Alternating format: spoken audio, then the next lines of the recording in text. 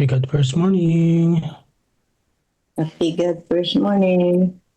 Happy God first morning. Morning. Happy God first Good morning po. Happy preparation day. Preparation day. Wala pa po si Pastor Noel.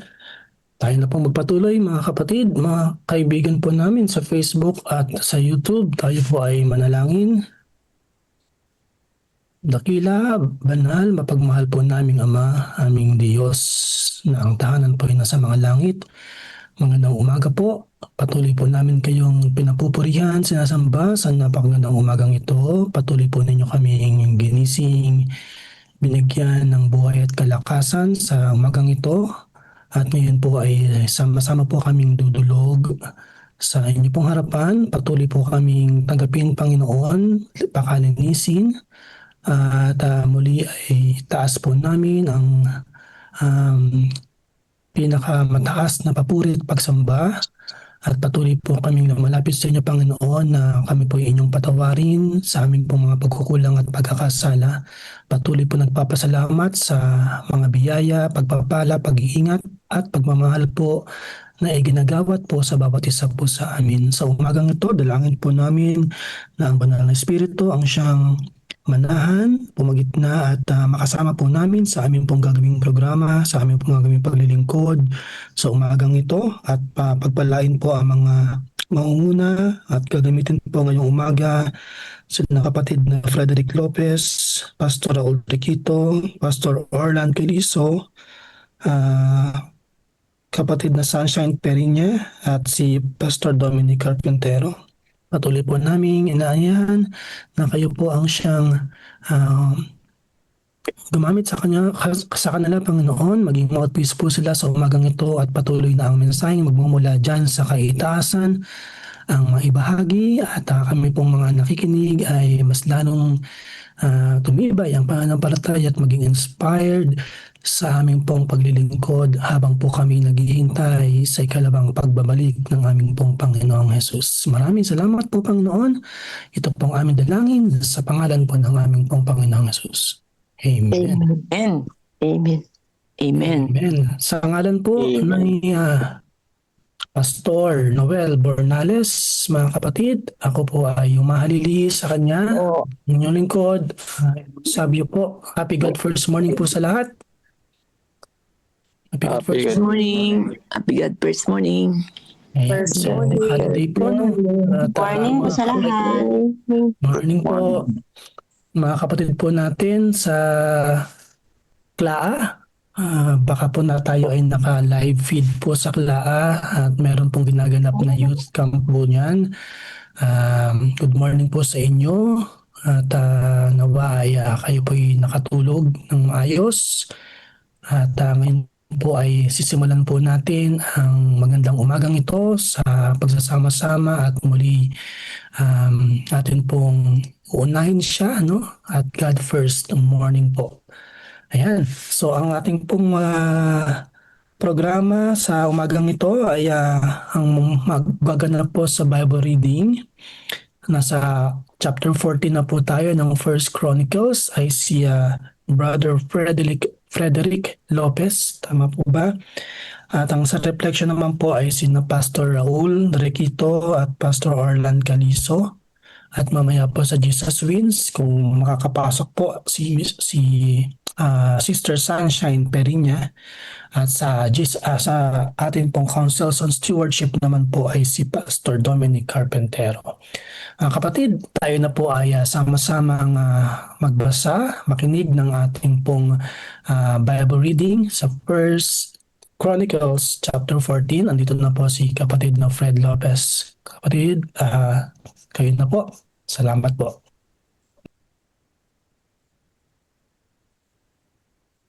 Morning po sa inyong lahat. From AUP po, Family Camp. Tayo po ay magbabasa ng chapter 14 ng First Chronicles.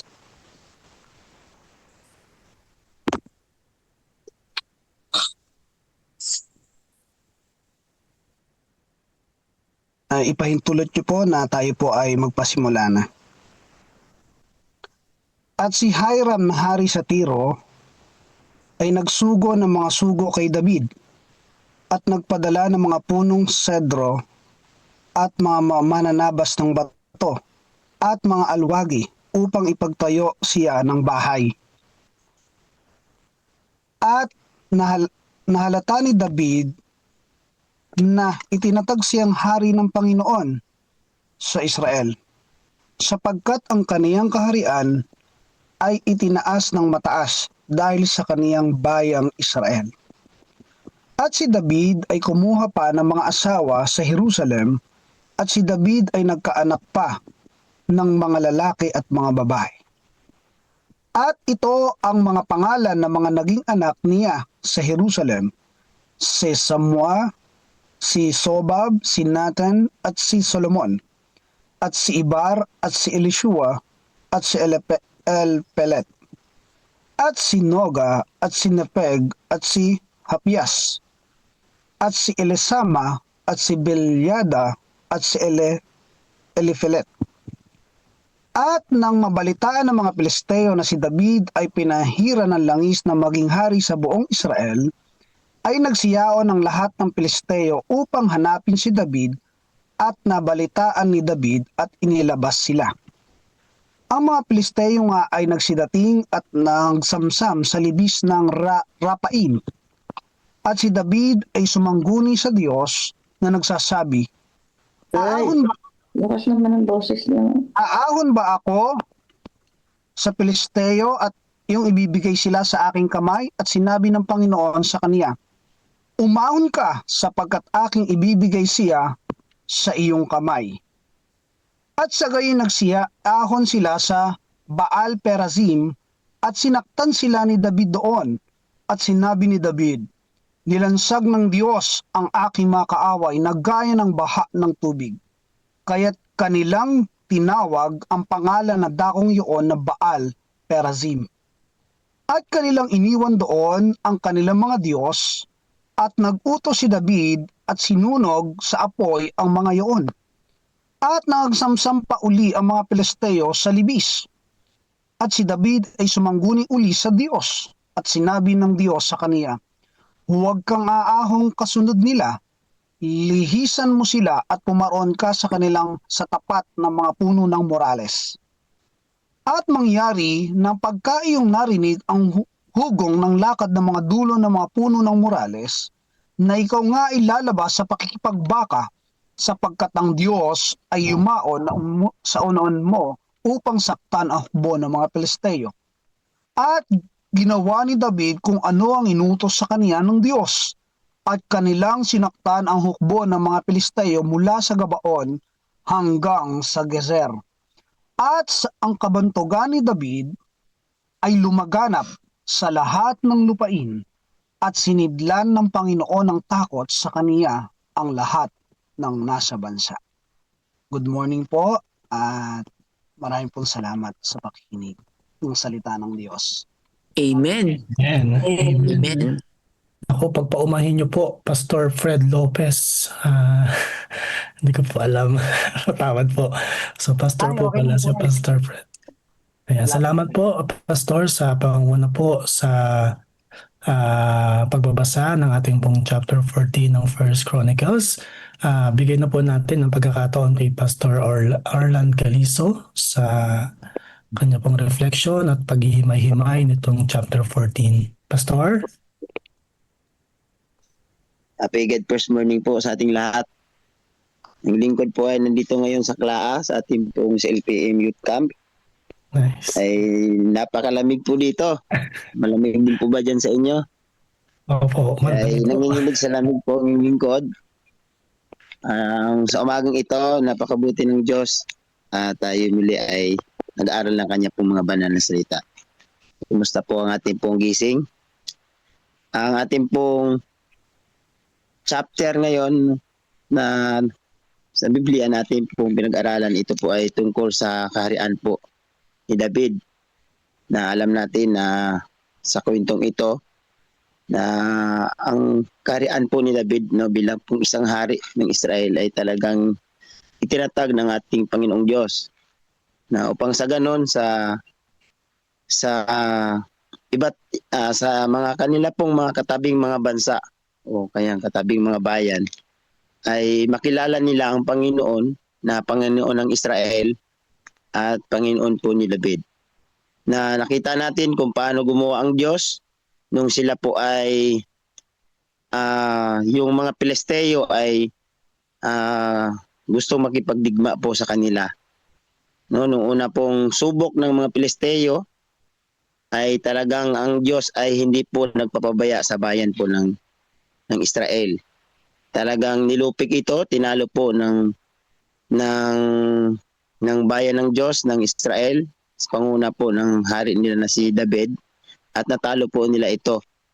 At nung pangalawa din pong attempt ng mga Pilisteo ay wala talaga silang nagagawa na gusto nilang talunin ang bayan po ng Israel. Kaya alam natin mga minamahal na kung ating pong bibigyang diin sa ating pong pananampalataya, nakikita natin kung gaano po katapat si David. No? Ating pong nakita na si David ay hindi siya perpektong hari, ay marami din siyang kahinaan na katulad po natin bilang pong mananampalatayang Adventista, pero nanaig pa rin po ang kabutihan ng buhay po ni David. Na talagang nandun siya, dumating siya sa punto na marami siyang kasalanan na nagawa sa Panginoon. Tayo din po sa tinding mga buhay ay hindi din tayo perpekto. Ang dami din nating nagawang mga kasalanan, mga pagkakamali, mga pagkukulang sa ating Panginoon. Minsan ay dumating sa punto na talagang yung iba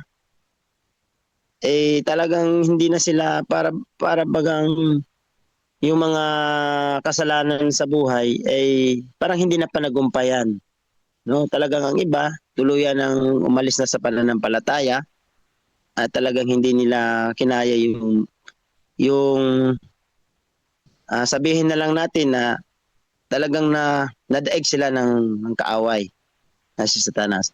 Pero po kung ating pong titinan ang buhay ni David, ay ang nagawa ni David na kasalanan bilang hari, di ba, ano siya, mamamatay tao. Pero dumating sa punto na si David ay talagang sumuko sa Diyos. Talagang nagpakumbaba siya sa ating Panginoon. Kaya ganun na lang ang pagmamahal ng Diyos sa bayan po ng Israel, na doon sa panahon ni David, nakikita natin na hindi talaga nagpapabaya ang Diyos sa bayan ng Israel, na ang bayan ng Israel ay nagiging liwanag o nagiging instrumento para na sa ganun yung mga hindi mananampalatayang mga bansa na katabi nilang mga bansa, mga kaharian. Alam natin na yung mga kahariang ito na kanila pong gusto pong tumalo sa bayan ng Israel ay hindi rin po sila mga kaharian, mga talagang mga mayayaman din o kaya mga talaga sila makapangyarihan din na bansa. Pero hindi talaga pinabayaan ng Diyos. Ganun kamahal ang Diyos ang bayan ng Israel. Hanggang ngayon po mga minamahal, na kapag tayo alam natin na ang kaaway na si Satanas ay hindi siya gusto, hindi siya masaya na katulad nating mga mananampalatayang Adventista, dahil tayo po ang tinawag ng ating Panginoon, ganun din ang bayan ng Israel noon. Sila ay tinawag pinili. Po, alam natin na ang bayan ng Israel ito ay nanggaling sa 12 tribes of Jacob. At ngayon din po tayo po mga modernong mga Israelita, tayo yung tinawag ng Diyos upang sa ganun magdala ng katotohanan sa mundong ito na marami ngayon na hindi pa nakakakilala sa ating Panginoon at hindi pa nakakaalam ng katotohanan. At nawa sa umagang ito ay patuloy tayong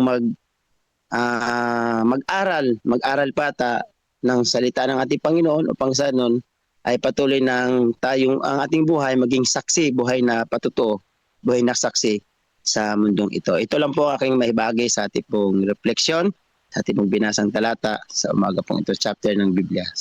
Maraming salamat po. Happy God first morning po sa ating lahat. Pagpalain din ng ating Panginoon. Amen.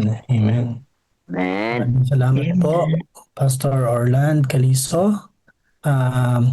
Sa ngayon po ay wala rin pong ilaw or kuryente kay Pastor Raul Requito. Kaya po wala po siya ngayon. Ang gagawin po natin mga kapatid, First Chronicle 14:10, no? Sabi po doon, at si David ay sumangguni sa Diyos. Sa ESV version, and David inquired of God. Mga kapatid, meron po ba kayong mga pangyayari or nagawa sa inyo pong mga buhay na hindi kayo sumangguni or nakalimutan nating sumangguni sa Diyos bago natin gawin namang isang bagay? Maaari po kayong magbigay ng testimony or kwento na inyo pong naranasan para po mas maging relatable yung atin pong sharing po ngayong umaga. Sino pong nais na magbigay ng kanila pong patotoo po dito? Po ba? Kasi si David, bago siya gumawa ng mga bagay na ito, siya ay nagtagumpay. Nagtanong muna siya sa Diyos, no? Sa verse 10, and David inquired of God. And then sa verse 16, and David did as God commanded him. Ayan. So, meron po ba na gustong magbigay ng kanyang personal na kasaysayan or karanasan na tayo po ay patuloy na pinagtatagumpayan or nagtatagumpay sapagkat tayo po ay unang sumangguni at unang nag-ask sa ating pong Panginoon. Meron pong nais na magbigay ng kanyang takeaway or reflection po habang po tayo ay nakikinig ng salita ng Panginoon sa chapter 14. Ayun, ang aking pong Kuya Edgar. Off lang, okay lang po. Sige po, okay no? Lights off pa kasi dito. Magandang umaga po sa inyo lahat, mga kapatid at sa mga pastor na nandito.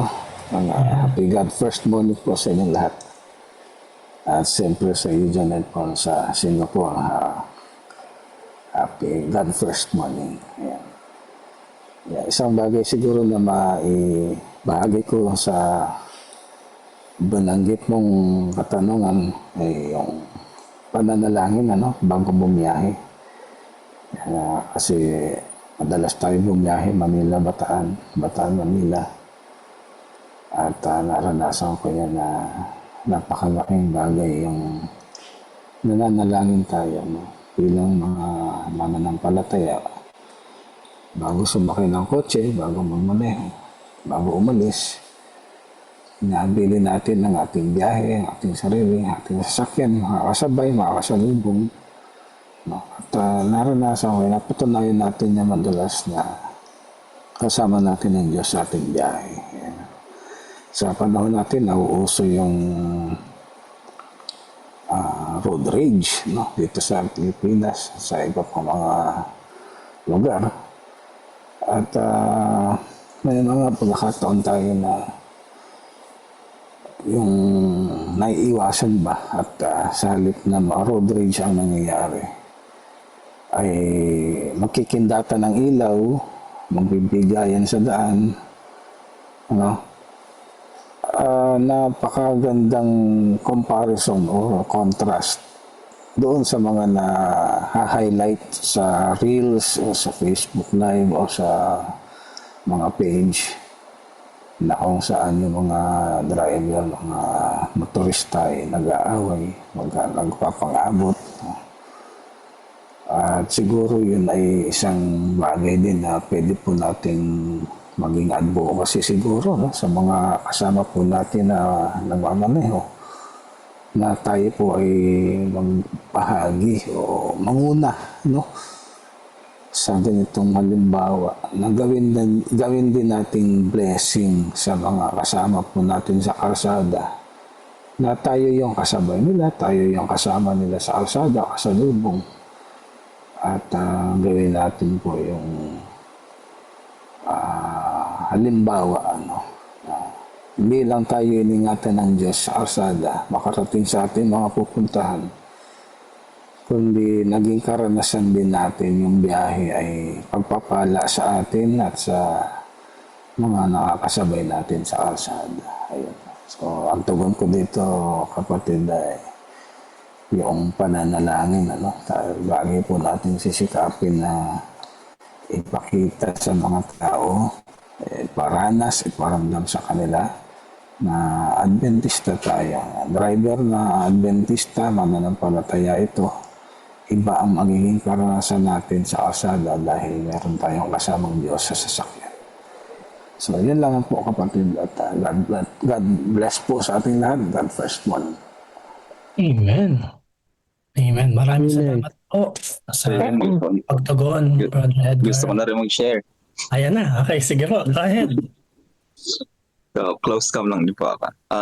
Nakatawa kasi same kami ang inisip no kay Edgar. Ako may experience ako noong ako ay college student. So bilang member ng Amicos, kami ay every week meron kami binibisitang mga churches at minsan kami ay lumalayag pa ng dagat, no? At isang experience namin while traveling back home. So it happened na muntik tumaob yung bangka. At we realized na meron palang isang bagay na nakalimutan kami, which is ito po ay ang manalangin. Na ito pala ang isang pinaka-importanting bagay sa lahat na ating pong gagawin na po. Pagdidesisyon o kung ano mang bagay na nais natin is itagubilin lahat sa Panginoon. At buti talagang yun po is malakas yung alon at ako ay hindi rin ako masyado magaling lumangoy. So, buti yung may hawak ng timon, yung pinaka-driver namin is magaling at alam ko na gabay ng Panginoon na talagang bigla niyang kinabig at yung sakay sa kabila is pumunta sa kabila para hindi tumaob yung bangka. So, una po is panalangin, then yung pangalawa po is acknowledge palagi yung presensya ng Panginoon sa mga desisyon na gagawin natin.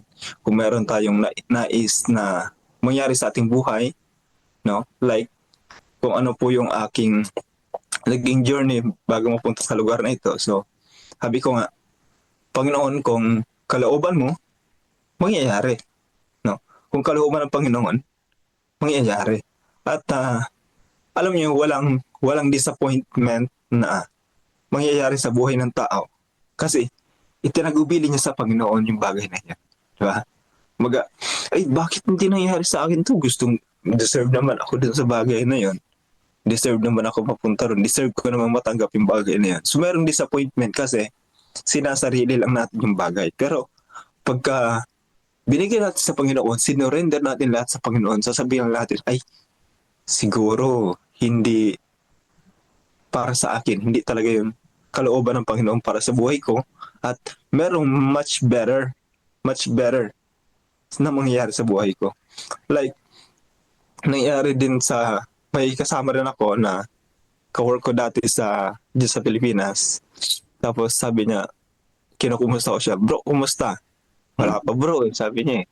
Pero sabi ko sa kanya, manalangin ka lang ako, itagubili mo lang sa Panginoon, sabihin mo sa kanya, may mas mabuting plano ang Panginoon sa buhay mo. Then, after an hour, so nag-message sa akin, bro, okay na, sabi niya. At actually, last Tuesday, so, meron na rin plano yung Panginoon sa kanya, na kung saan siya rin ay mapupunta na din dito sa lugar na ito. So, alam niyo po yung mga kapatid, basta itagubilin natin lahat sa Panginoon. So, there's no disappointment happen in our life. And mas magiging mabuti po kung ang Panginoon po ang siyang maunguna palagi sa ating pong buhay.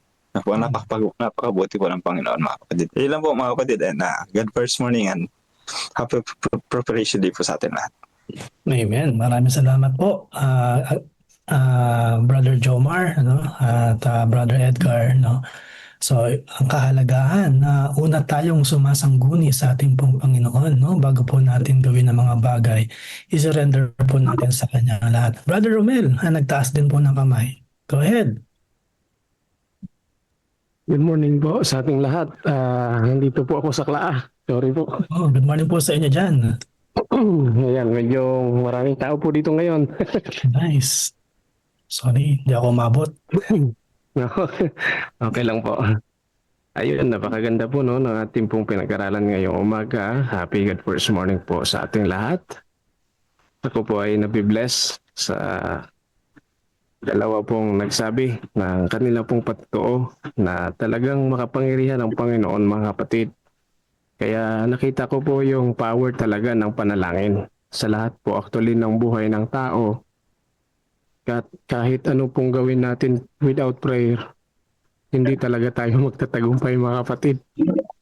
Kasi po nakita natin na si Jesus mismo nung nasa sa lupa pa, ang una niya po talagang ginagawa sa buhay niya ay manalangin. Yun yung sikreto niya, mga kapatid. Kaya si David, ganon din po ang kanyang ginagawa sa kanya pong mga hakbang sa kanyang buhay, ay talagang ito yung nagtuturo sa atin, mga kapatid, na ang kahalagahan ng panalangin. Kaya ako mayroon din akong patutuo diyan, mga kapatid. Noong ako'y umuwi ng last 2014, talagang sumakay ako sa Tugo. Napakalaking barko yun, mga kapatid. Pero nung kami na po ay sa kalagitnaan ng aming paglalakbay, biglang bumagyo. Napakalakas na bagyo, mga kapatid. Nakalimutan ko yung pangalan ng bagyo na yun. Pero yung barko na ganung kalaki ay pag tinamaan ng alon, halos talagang maramdaman mo na umuuga. Tapos yung mga tao nagsisigawan. Tumisigaw na, Lord, Lord, Lord, tulungan mo. Ganon, alam mo, mga kapatid, ito ay isang totoo na ginawa ko sa loob ng barko. Kahit hirap tumayo, ako'y lumapit doon sa pinaka front desk nila. At ako ay sabi ko doon sa in charge, sabi ko, ma'am, pwede po bang mahiram ang inyong microphone? Ano po ba gagawin ninyo, sir? Po ay manalangin. Alam mo ang tugon ng front desk, ang sabi niya, sige po, sir. Sige po. Ako'y nanalangin, mga kapatid. Talagang ginawa ko yun dahil yun yung bulong ng Holy Spirit sa akin. Ako'y nag-pray sa aming paglalakbay. Lahat hiningi ko sa Panginoon, Lord, kayo ang may hawak ng aming buhay. At nawa yung barko naming sinasakyan ay alalayan niyo po ng inyong mga anghel. In short, lahat sinabi ko po sa Panginoon. Alam niyo po, papuntang Bacolod po kami the time. Sabi ng tao, mga after 30 minutes ata or mga ganun. Biglang humupa yung bagyo, yung alam mo, may lumapit sa akin, ang sabi niya, Pastor, maraming salamat sa panalangin ninyo. Napaka-powerful ng panalangin ninyo. Talagang ang lakas ng loob mo para kuhanin yung microphone para manalangin. Sabi ko po ay yun naman po talaga ang sikreto dapat natin ng buhay natin. Kasi po wala naman tayong dapat dependihan kundi ang Panginoon. At alam niyo po hanggang nakarating kami ng Bacolod, ng port na. Bumababa ako ng step ng barko. Mayroon pa rin nagsasabi, salamat sir, salamat sa panalangin. Sabi ko po, magpasalamat tayo doon sa Panginoon dahil siya po yung nagligtas sa atin. Alam niyo, mga kapatid, totoo na ang totoong panalangin ay sasagutin talaga ng Panginoon. Ako'y naniniwala. At yung puso mo nakikita ng Panginoon na ikaw ay talagang totoong hihingi sa Kanya. Naniniwala ka ng totoo. Kaya nga po, di ba, may binabanggit sa Bible na kapag mayroon kang isang pong pananampalataya, na katulad lamang, sabi nga ng Biblia, katulad lamang ng butil ng mustasa, ang bundok ay maililipat mo na. sa kabilang bundok. Kaya po ako'y naniniwala sa power ng prayer. Kaya po si David, kung titingnan natin mga kapatid, hindi siya talaga nag-depend sa kanyang sarili. Kundi ang sabi niya, Panginoon, tulungan mo ako sa labang ito. Kasi ako'y naniniwala na ang Panginoon, hindi naman po siya hindi naman siya hindi nakakakita. Kapag nakita niya tayo, na sincero tayo. Kaya mga kapatid, mayroon po akong nais dugtong dito. Sabi sa atin pong binasa ngayong umaga. Napakaganda po ang gusto ko pong lagi po itong sariwain sa atin. Babasahin ko lang mga kapatid yung reflection ko dito. Ang una mga kapatid, ang reflection na nilagay ko po ay huwag umasa sa sariling lakas. Yun yung nakita ko dito. Makikita po natin yan kung mabasa natin sa unang Kronika 14:10. Tulad ni David na nagtanong mula sa Diyos. Yan ay makikita sa unang Kronika 14:10. Kailangan nating hingin ang gabay ng Panginoon sa bawat desisyon, maliit man o malaki. Pangalawa, ang Diyos ang nagtatagumpay. Kahit mahusay na pinuno si David, kinilala niya na ang Diyos ang nagluklok sa kanya at nagpalago ng kanyang kaharian. Ang pangatlo mga kapatid, mahalaga pala yung pakikinig. Yun pala yung mahalaga din mga kapatid, yung pakikinig sa direksyon ng Diyos. Ang ikalawang laban na nagbigay kay David sa ibang estratehiya, sa makikita natin sa unang Kronika 14:14, ipinakita nito na ang pagsunod sa tiyak na utos ng Diyos ay mas mahalaga kaysa nakaraang karanasan. Kaya mga kapatid, ang application nito sa ating buhay, sa panahon ng pagsubok o pakikipagdima sa buhay, ang panalangin at pagsunod sa Diyos ang susi sa tagumpay at hindi sa sariling diskarte mga kapatid. Nakita niyo talaga, susi talaga ng buhay ng tao. Walang iba mga kapatid kundi ang panalangin. Doon natin lahat mga kapatid makakamit ang tagumpay na mula sa Diyos. Kaya po sa ating din pong mga gawain mga kapatid, alam ko na ang kaaway ay maraming pagsubok na nilalaan sa bawat sulok ng ating pong buhay.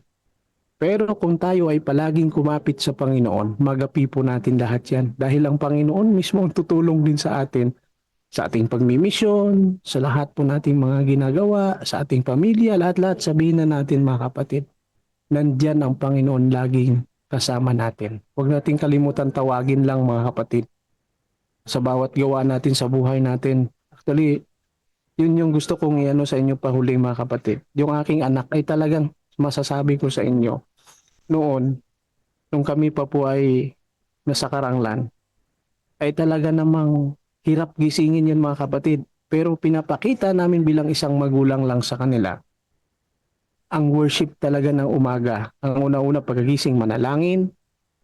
Bawat bukas ng Biblia, manalangin. Tapos mag-worship hanggang Ngayon mga kapatid, kinakagisnan na nilang alas 4 nga minsan nagigising na sila sa God First Morning Pagdating na alas 7, bago mag alas 7, Daddy, worship na tayo. Ibig sabihin mga kapatid, may impact doon sa mga bata yung ginagawa natin. Kapag tayo mismong magulang, nakikita nila kung ano yung ating ginagawa na dapat din nilang lakaran sa paglaki nila. Kaya sa pagmimisyon mga kapatid, tayo pa rin po ang tinitingnan ng ating pong mga kaibigan, mga nakakapaligid sa atin, paano po ba tayo namumuhay, ano ba yung ating ginagawa, kahit hindi tayo perpekto. Ang Diyos mga kapatid ay napakabuti, laging nagmamasid at lagi siyang tumitingin sa ating pong mga puso, sa ating mga buhay. Kaya mga kapatid, naway maging instrumento tayo sa ating pong mga buhay sa lahat ng mga tao. Kaya po, happy God First Morning. God bless po sa ating lahat. Amen. Amen. Salamat po, kapatid. Amen. Ayan, nakarinig po tayo ng mga Amen. testimonies, mga patotoo po na mga buhay po ng ating mga kapatid. Purihin po natin ang ating pong Panginoon sa mga patotoong yan, kung gaano po kaalaga ang pananalangin, ang sumangguni sa ating pong Panginoon. Ang ganda po nung verse 14 din, sabi po doon, At si David ay sumangguni uli. No? Gusto kong i-stress yung uli. No? Parating sumasangguni sa Panginoon. At pag sinabi ng Panginoon na huwag, di ba? So sabi doon, huwag kang aahon kasunod nila yung sinabi po ni Brother Romel. Pag sinabi ng huwag, hindi, di ba? Minsan kasi pag alam natin na huwag or hindi pwede, ginagawa pa rin natin, no? So, okay, maririnig natin dyan si Brother Sunny, di ba? Yung mga ini-stress niya palagi na tayo ay susunod, tayo ay sumunod sa ating Panginoon. Dito rin po sa ating pong chat box ay meron pong mga nagbahagi. Kung si David, sabi ni Brother Jomar, tulad ni Saul ay pinili pinili ang kanyang sariling paraan, hindi sana siya nagtagumpay. Yan. Ngunit ginawa niya ang iniutos ng Panginoon at tinalo niya ang hukbo ng mga Filisteo mula sa Gibeon hanggang sa Gezer. At ang katanyagan ni David ay kumalat sa lahat ng lupain at inilagay ng Panginoon ang takot sa kanya sa lahat ng mga bansa. Yan, 1 Chronicles 14, 16 and 17. Sabi po ni Brother Moises, meron din po siyang reflection. Sabi po niya, kapag Diyos ang ating uunahin at susundin ang kalooban niya, tayo'y mamamayagpag katulad ni King David sa Deuteronomy chapter 8 verse 13. At gagawin ka ng Panginoon na ulo, hindi buntot, at ikaw ay magiging sa ibabaw lamang at hindi ka mapapas sa ilalim kung iyong diringgin ang mga utos ng Panginoong Diyos na aking iniutos sa iyo sa araw na ito na iyong sundin, sa araw na ito na iyong sundin at gawin. Yan. Salamat po, Brother Moises, sa pag-quote sa Deuteronomy chapter 8 verse 13. Si kapatid na Dory Bernardo, ayan naman po, ito po naman ay pasasalamat, thanking the Lord for His goodness and kindness for answering my prayers. Yan, so meron po siyang pasasalamat na nakapasa ang kanya pong anak, no, sa international exam. Ayan, so nadaanan ko po ito, no? Habang po tayo nananalangin, wag din po tayong makalimot na magpasalamat, no? Minsan marami tayong mga prayer requests sa ating pong prayer list pero wala po nagpapasalamat. So ugaliin din po natin na magpasalamat po sa mga biyaya at mga pagpapala at mga ginagawa ng Panginoon sa ating pong buhay. Si Nanay Nerissa Francisco, tunay po na kung sa ating Panginoon tayo hihingi at tatawag at tunay na mananampalataya, tayo'y kanyang iingatan sa lahat ng oras. Napakabuti ng ating manlilikha. Amen. Salamat po, Nanay Nerissa. Si Ma'am Normita Barun mula sa Natividad, sabi po niya, God establishes and recognition to His chosen leaders and their success is for the good of the people, not personal glory. Seeking and following God's specific guidance is essential for victory, as strength comes from Him rather than human means.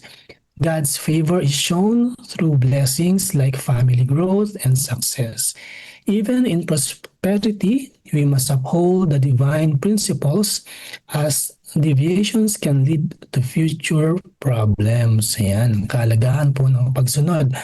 So maraming salamat po sa lahat po ng ating pong narinig at mga patotoo, mga karanasan po ng ating po mga kapatid na patuloy pong mag-i-inspire sa atin po, no, na mga nakikinig sa dito po sa Zoom, dito po sa Facebook at sa YouTube din, no, na patuloy po tayong laging sumangguni, palagi uli-uli, no, katulad ni Haring David sa ating pong Panginoon upang ang pagtatagumpay ay magmumula po sa Kanya at sa huli ay ating pong itataas ang pangalan po ng ating pong Panginoon. Si Brother Simeon Talusan humabol, sa kabanatang ito, si David ay pinagtibay bilang hari. Pinagpala siya ng Diyos, nagkaroon siya ng pamilya at nagtagumpay laban sa mga Filisteo. Ngunit bago siya kumilos sa labanan, nagtanong muna sa Diyos at sinunod ang eksaktong tagubilin ng Diyos, kaya nagtagumpay siya. Ang mahalagang aral dito, ay ang tagumpay ay nagmumula sa Diyos at ang pagtatanong sa Diyos ay susi sa tamang desisyon at ang pagsunod sa paraan ng Diyos ay nagdudulot ng tagumpay. Amen. Okay, Deuteronomy 28:13. Yan, pagtatama po ni Brother Moises Canlas. Yan, pasasalamat po ni Nanay Neriza, pasasalamat po sa mga pagka-graduate ng apo Julian Christine Calixto sa AUP ng Special Needs Education. Yan, salamat po sa Panginoon. Ayan. Meron din po sa Facebook, sabi po dito, Thanksgiving naman po ito mula kay Sister Miles or Pia. Thanksgiving prayer po para sa asawa ko na nagdiriwang sa araw na ito ng 65th birthday. Naway patuloy po siyang maging malakas at masigla sa araw-araw at pagkalooban ng maraming kaarawan. From San Miguel, Bulacan po. Praise God and thank you, Lord. Amen. Happy birthday po. Happy birthday sa inyo pong asawa. Hindi po nabanggit ang pangalan pero kapatid ng Miles or Pia. Happy birthday po sa inyo pong asawa sa 65th birthday po niya. Salamat po. Pagpalain po kayo ng Panginoon. Ayan. So oras na po para po sa atin pong Jesus Wins naman. Tayo po ay dadako sa Jesus Wins pero bago po yan, tayo po ay manandali. Tayo po ay manalangin. Panginoon naming banal, maraming salamat po sa amin pong mga narinig, sa amin pong nabasa, sa patuloy po ninyong pakikasama sa umagang ito. Amin po kayong patuloy na itinataas pagkat alam po namin na wala po kaming magagawa, hindi po kami magtatagumpay pag wala po kayo sa amin at hindi po namin kayo sinangguni sa unang bago kami gumawa ng anumang pong mga bagay na ito. Maraming salamat po Panginoon at dalangin po namin sa patuloy po naming programa. Inyo po kaming samahan Panginoon sa pagpapatuloy po ng programang ito at patuloy na ang Santong Espiritu ang siyang maranasan at makasama po namin. Ito po ang aming dalangin sa pangalan po ng aming Panginoong Jesus. Amen. Amen. Amen. Amen po. Amen. Pagkatapos bumalik ni Jesus sa langit, naiwan sa kanyang mga alagad ang dakilang tungkulin na dalhin ang ebanghelyo sa buong mundo. Puspos ng banal na espiritu, ang mga lalaki at babaeng ito ay buong tapang at kapangyarihan na ipinangaral ang mensaheng kanilang natanggap at abutin ang lahat ng sulok ng mundo. Ngunit hindi ito nangyari nang walang matinding pagtutol. Una mula sa mga Hudyo at pagkatapos mula sa pamahalaang Romano. Maraming Kristiyano ang nanatiling tapat hanggang kamatayan. Tiniis ang pagpapahirap at kahihiyan sa harap ng mga masayang manood sa Circus Maximus at Colosseum sa Roma at sa buong imperyo. Gayunpaman, ang dugo ng mga martir ay naglatag ng daan para lalo pang lumaganap ang ebanghelyo. Pagkalipas ng mga taon ng pag-uusig ng mga emperador ng Roma, isang emperador na nagngangalang Constantine ang nagpahayag ng kanyang pagtalima sa Kristyanismo noong 312 AD. Naging tanyag ang Kristyanismo, ngunit kasabay nito ay pumasok din sa simbahan ang maraming paganong kaugalian at simbolo, lalo na sa Roma. Ang obispo ng Roma ay unti-unting nagkaroon ng higit na kapangyarihan at autoridad at nagsimulang tutulan at usigin ang mga taong kumikilala kay Jesus lamang bilang ulo ng iglesia at tumatanggap sa Biblia lamang bilang pinakamataas na pamantayan ng katotohanan. Upang makatakas sa lumalalang pag-uusig, ang tunay na bayan ng Diyos ay umatras patungo sa mga liblib na lugar ng Europa. Sa hilagang Italia, ang mga Waldenses ay nagtago sa mga kabundukan. Marami ang pinatay ngunit patuloy na nagningning ang liwanag sa kadiliman sapagkat ang Diyos ay nananatiling may kontrol. Siya ay nagbangon ng mga lalaking tulad ni Wycliffe, Hus, Tyndale, Luther, Calvin at Zwingli upang tumindig para sa katotohanan. Ipinaglaban nila ang Biblia lamang, pananampalataya lamang, at si Kristo lamang. Noong 1798, sa katuparan ng propesiya sa aklat ni Daniel, ang kapangyarihang panrelihiyon at pangpolitika ng simbahang Romano ay pansamantalang nabawasan nang alisin ni General Berthier si Pope Pius VI sa kanyang trono. Kasunod nito, nagkaroon ng malaking pagkagising sa interes tungkol sa mga propesiya ni Daniel at marami ang naniwalang malapit nang bumalik si Jesus. Sa Estados Unidos, pinangunahan ng Baptist preacher na si William Miller kasamang daang-daang ibang tagapangaral ang pagtuturo tungkol sa pagbabalik ni Kristo noong 1844. Subalit nang hindi bumalik si Jesus noong 1844, masusing pag-aaral ng Biblia ang nagbigay liwanag sa isang maliit na grupo na ang ministeryo ni Kristo sa makalangit na santuaryo ang dahilan ng kanilang matinding kabiguan. Natuklasan nila sa Biblia na ang ikapitong araw ay Sabat na itinalaga ni Jesus para sa kanyang bayan.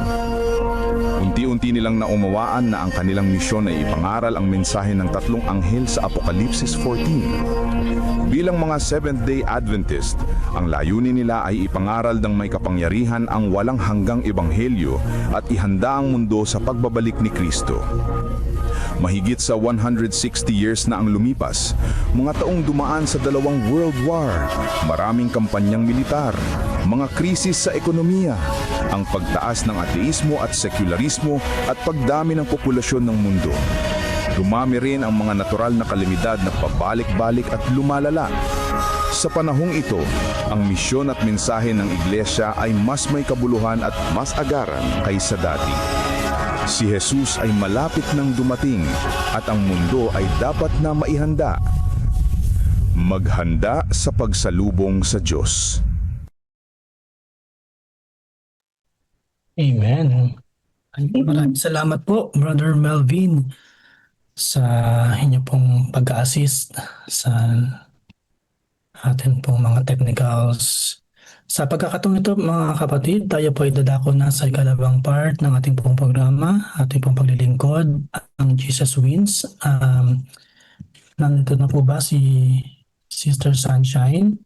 Mukhang wala po. May nais po ba, mga kapatid, sa inyo na manguna at gumanap sa Jesus Wins? Babasahin po ang atin pong devotional ngayong umaga, ang kanyang kasapatan, Evil 3. Pagtitiwala sa kanyang kaligtasan. May gusto po na mag-volunteer? Sino po ang gustong magbasa? Ipa-flash po ni kapatid na Melvin Bilasano sa screen. Hindi ako na, Brother Edmond. Ayun, okay. Nag-volunteer. Salamat po, kapatid na Jomar. So, yun po muli. Happy God First Morning and Happy Preparation Day, mga kapatid. Ang ating pong devotional reading ay ang may pamagat na ang kanyang kasapatan. At ang talatang sa uluhin po, ang talata po natin ay magmumula sa Lucas 22:61. So lumingon ang Panginoon at tumingin kay Pedro. At naalala ni Pedro ang salita ng Panginoon, kung paanong sinabi niya sa kanya, bago tumilaok ang manok, ngayon ay ipagkakaila mo ako ng 3 ulit. Ang sabi po dito, ilang dekada na ang nakalipas, naging bahagi ako ng isang grupo ng mga awit na tinatawag na Opus 7, na tinatawag ng isang kaibigan ko, si Dr. Ariel Quintana.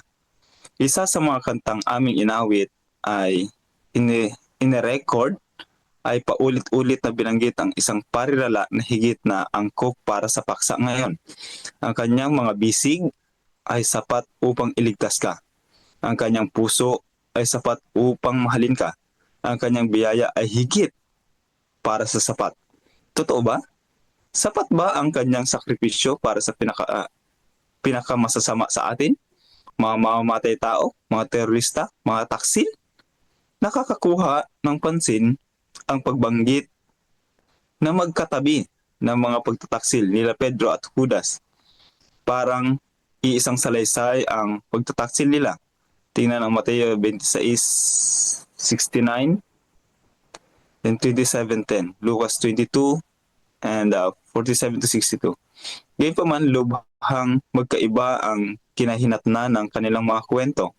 Si Judas ay nagbigti, samantalang si Pedro ay naging makapangyarihang mangaral ng Ebanghelyo. Nang makita ni Judas na nahatulan si Jesus, nakaramdam siya ng pagsisisi. Isinauli ang 30 pirasong pilak at sinabing, "Ako'y nagkasala sa pagkakanulo sa dugong walang sala." Mateo 27:4. Si Pedro, nang maalala ang hula ni Jesus tungkol sa kanyang sariling pagtataksil ay mapait at tumangis.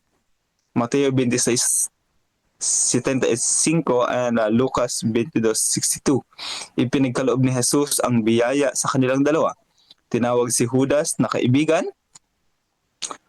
sa Mateo 26:50 at maingat na nakitungo kay Pedro sa Lucas 22:31 hanggang 34 at 61.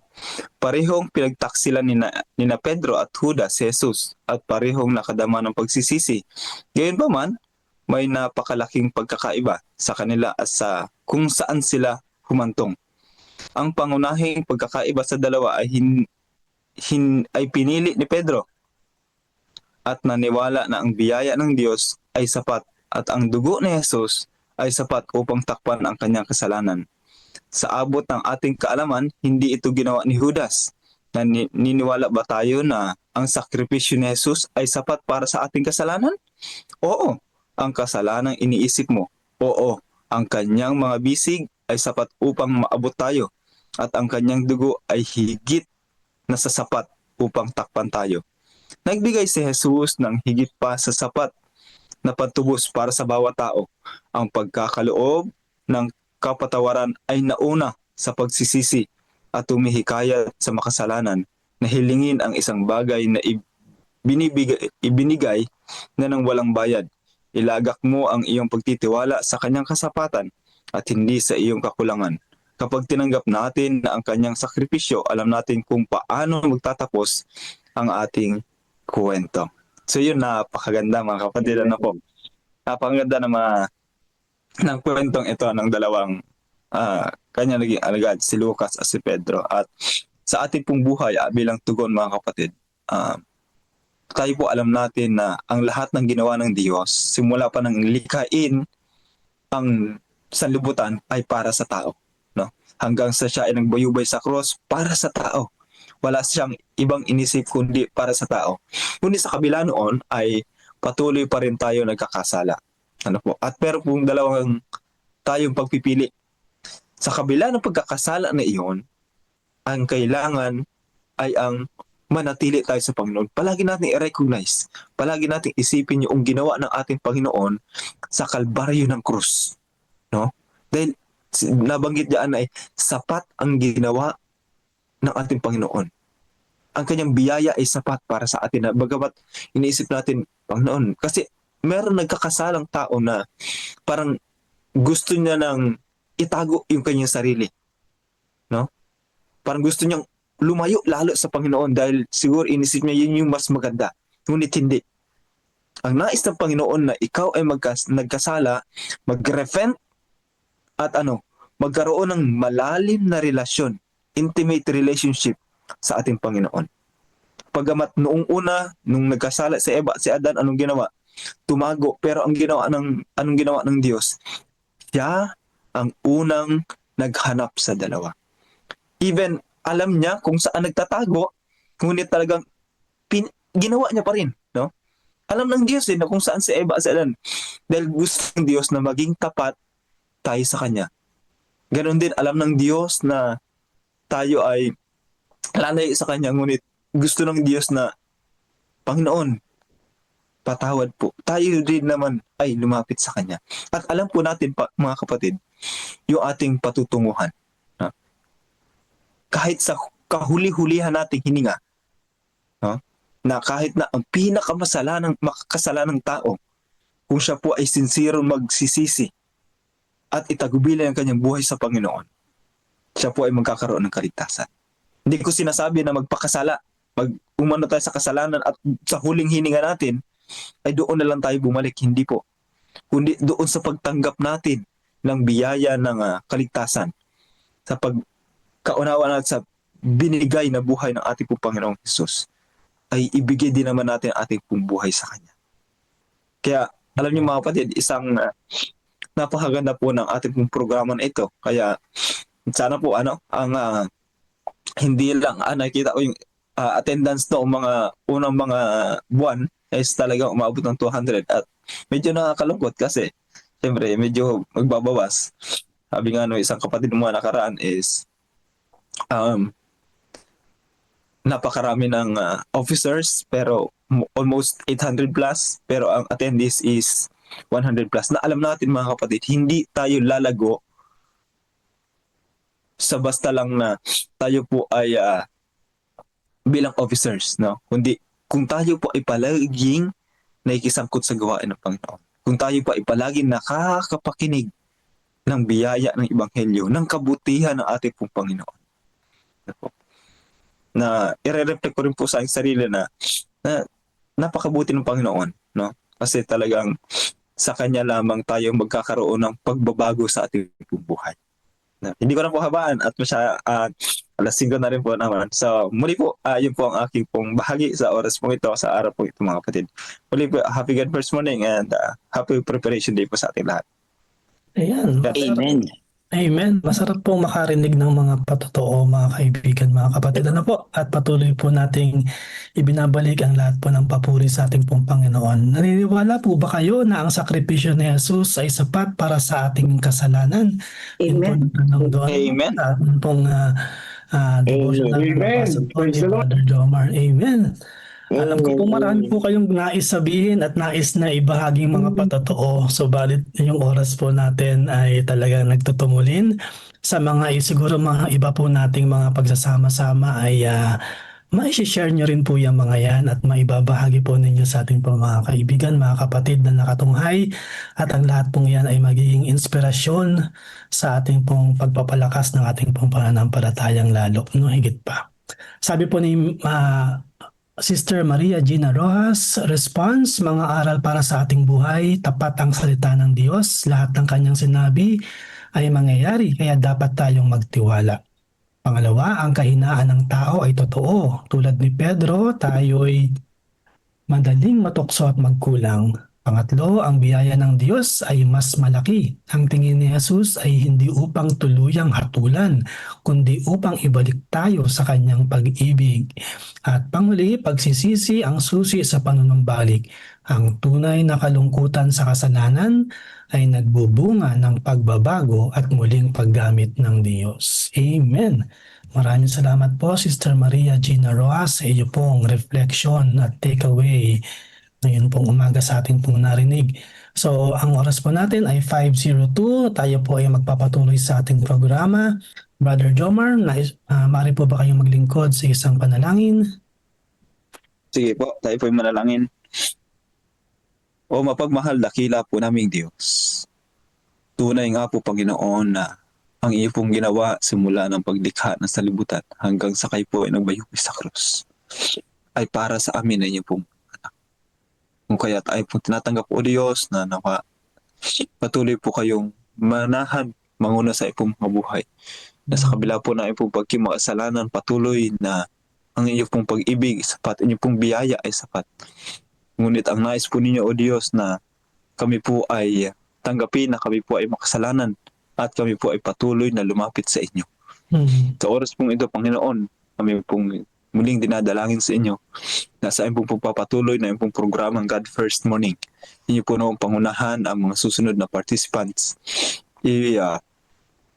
Bless niyo po sila, Panginoon.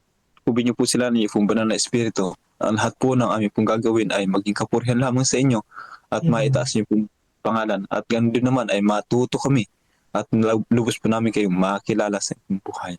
Panginoon, salamat sa inyong pong pagpapatawad sa inyong mga kasalanan. Salamat sa pagtanggap sa amin sa kabila na inyong pong baging makasalanan. Salamat sa pagsagot din naman sa inyong pong mga panalangin. Ang lahat po ito aming nihiling, dinadalangin sa banal na pangalan na inyong pong tagapagligtas na si Kristo Jesus. Amen. Amen. Amen. Amen.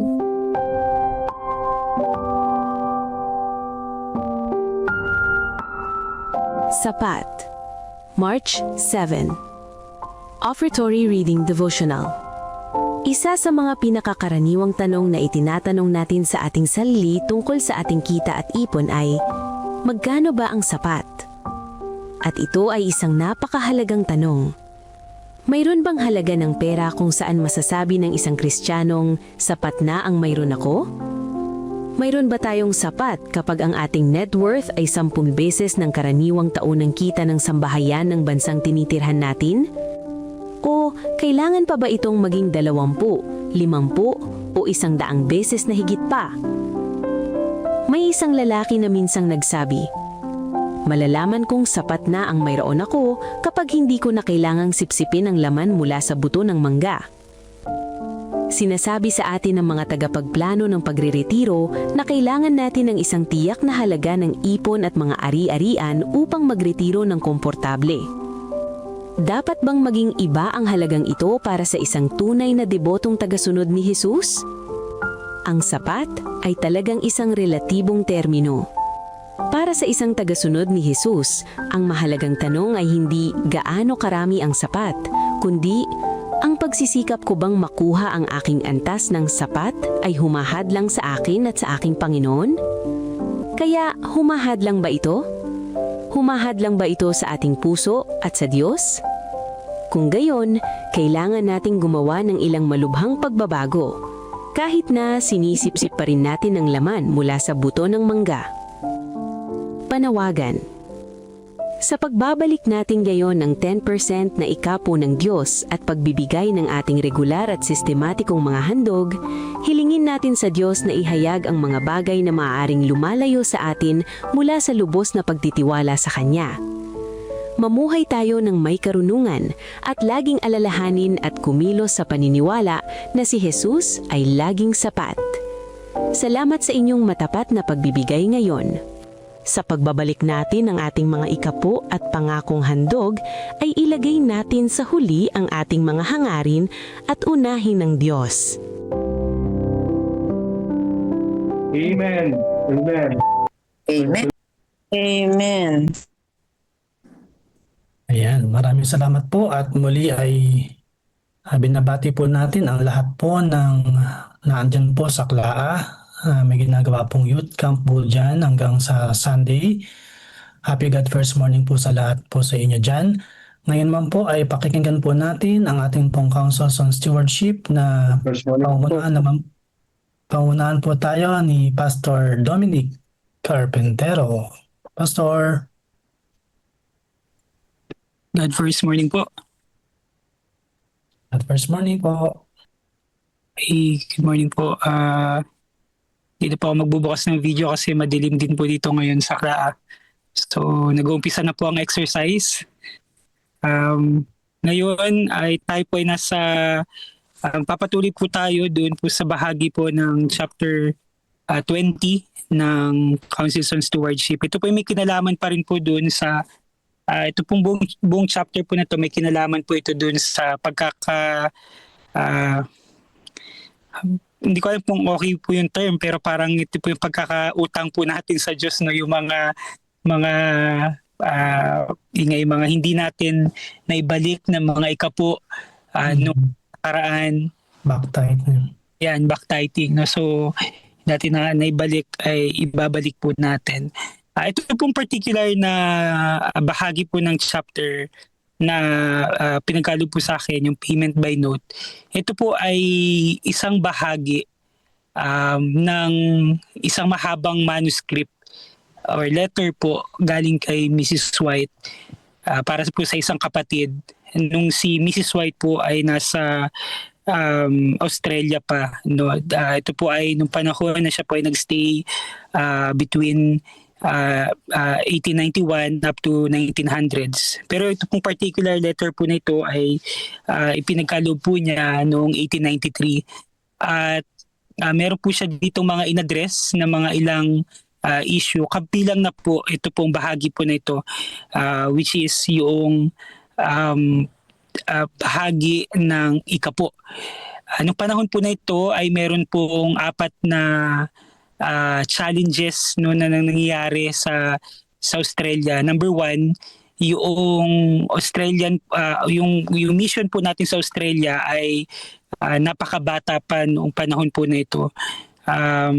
Number 2, ito po ay panahon na nagkakaroon po, may karanasan po ng krisis, katulad po ngayon ang buong sanlibutan. So ang buong mundo that time, so may financial crisis po.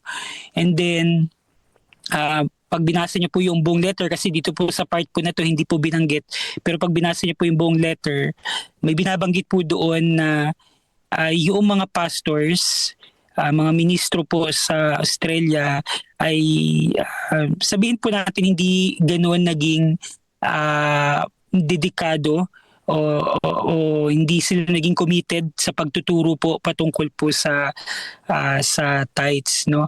And then lastly, pag binasa po natin yung buong letter, makikita rin natin na particular po ito pong babanggitin po na binanggit po dito na isang kapatid ay mga bata pa po sa pananampalataya. So hindi pa sila ganoon ka-educated pagdating po sa tithe giving. So ito pong bahagi po na to, babasahin ko po sa inyo ng mabilisan, and then gusto ko pong emphasize yung mga ilang lessons na matututunan po natin dito, at yun, yung mga ilang bahagi din po na natutunan ko mula po dun sa kabuuan ng letter. Kasi napakaganda po pag binasa yung buong letter, makikita po natin yung buong konteksto ng sinasabi po ni Mrs. White dito po sa bahagi na ito ng chapter 20. So sabi po dito, Friday morning, I spoke on the subject of tithing. So ano po ito, no? Para po itong camp meeting that time sa Australia, ito pong nangyari po na to. May mga in-address po si Mrs. White. Pero ito pong manuscript po na ito ay isinulat niya na para sa isang kapatid sa Australia. So Friday morning, I spoke on the subject of tithing. This subject has not been presented to the churches as it should have been. And the neglect together with financial depression has caused a marked falling off in the tithes the past year. At this conference, the subject has been carefully canvassed in meeting after meeting. One brother, ito pong second paragraph, ito po actually ay Sabbath na, no? So yung unang paragraph, ito po ay in-address niya nung Friday, and then itong second paragraph ay Sabbath niya na in-address.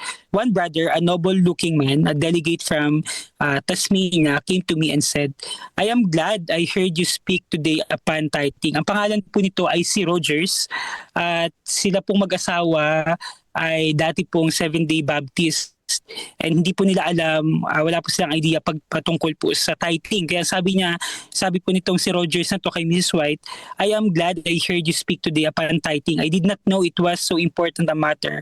I dare not neglect it longer. And then he said he is now figuring up the amount he shall pay it, the amount of his tithe for the last 20 years, and says he shall pay it all as fast as he is able, for he cannot have robbery of God registered in the books of heaven meet him in the judgment. And meron po isang panibagong kapatid, galing naman po sa Melbourne. Sabi naman niya, one sister belonging to the Melbourne church has brought in 11 pounds back tithe, which she had not understood that it devolved on her to pay. As they have received the light, many have made confession in regard to their indebtedness to God and expressed their determination to meet this debt. I propose that they place in the treasury their note promising to pay the full amount of an honest tithe as soon as they could obtain the money to do so. Many heads bowed assent, and I am confident that next year we shall not as now have an empty treasury. So meron po tayong 3 lesson dito based po dito sa binasa ko po, at based na rin po sa buong konteksto nitong manuscript po na ito or ng letter po na ito. Number 1, yung 3 po na yun. Number 1, yung conviction. Number 2, education. And number 3, yung mission. Makikita po natin dito na very important na yung mga kapatid, sila po ay ma-convince, hindi lang ma-convince, ma-arouse po yung, I think binasa na rin po natin yun nung mga nakaraan, ma-arouse yung kanilang conscience, no, yung kanilang konsensya patungkol po sa prinsipyo po ng pagbabalik ng ikapo. At makikita natin na noong natanggap po nila yung liwanag dito po, no, parehas po yung kapatid sa Tasmania at kapatid po sa Melbourne, nung matanggap po nila yung liwanag patungkol po sa pagbabalik po ng ikapo, na-convict sila, at nung na-convict po sila, sila mismo ay nagsabi na yung mga hindi nila naibalik na ikapo ng mga nakaraang taon ay ibabalik po nila. So napakahalaga na sila po ay magising yung konsensya at sila po ay ma-convict yung ating po mga kapatid. Tayo po na mga kapatid. Number 2, yung education. Very important. Ito po ay napakahabang ilang paragraphs po dun sa letter na binanggit po ni Mrs. White, yung pagpapaalala niya sa mga ministro na yung pag-educate po dun sa mga kapatid. Hindi lang po sa ibang mga sa iba-ibang mga doktrina, iba-ibang mga katuruan, particularly din po dito sa tithing, no, na kung ma-educate lang talaga yung mga kapatid ng maayos, ng hindi sila mapapabayaan, at malalaman nila kung ano yung kanila pong bahagi at responsibilidad sa Panginoon, no? Gagawin din nila ng tapat yung kanila pong bahagi. So malaki po yung role ng mga ministro, malaki po yung role ng mga pastors, ng mga manggagawa pagdating po doon sa kakayanan ng mga kapatid para sila ay maging tapat din sa pagbabalik po ng ikapo. At yun po ay very clear doon sa letter na yun yung dahilan kung bakit na-neglect ng mga kapatid dito po sa Australia yung pagbabalik noong ikapo. At kaya nung sila po ay na-educate, lalo na nung nagsalita po si Mrs. White, ay nakita nila na this is a very important matter. Ito po ay napakahalaga. Kaya nung malaman nila yun, yung iba nga, ito nga si Rogers, no, yung 20 years na meron po siyang hindi na ibalik na ikapo ay ibinalik po niya. Ikatlo ay yung mission. Makikita po natin na hindi lamang po particular si Mrs. White doon sa paano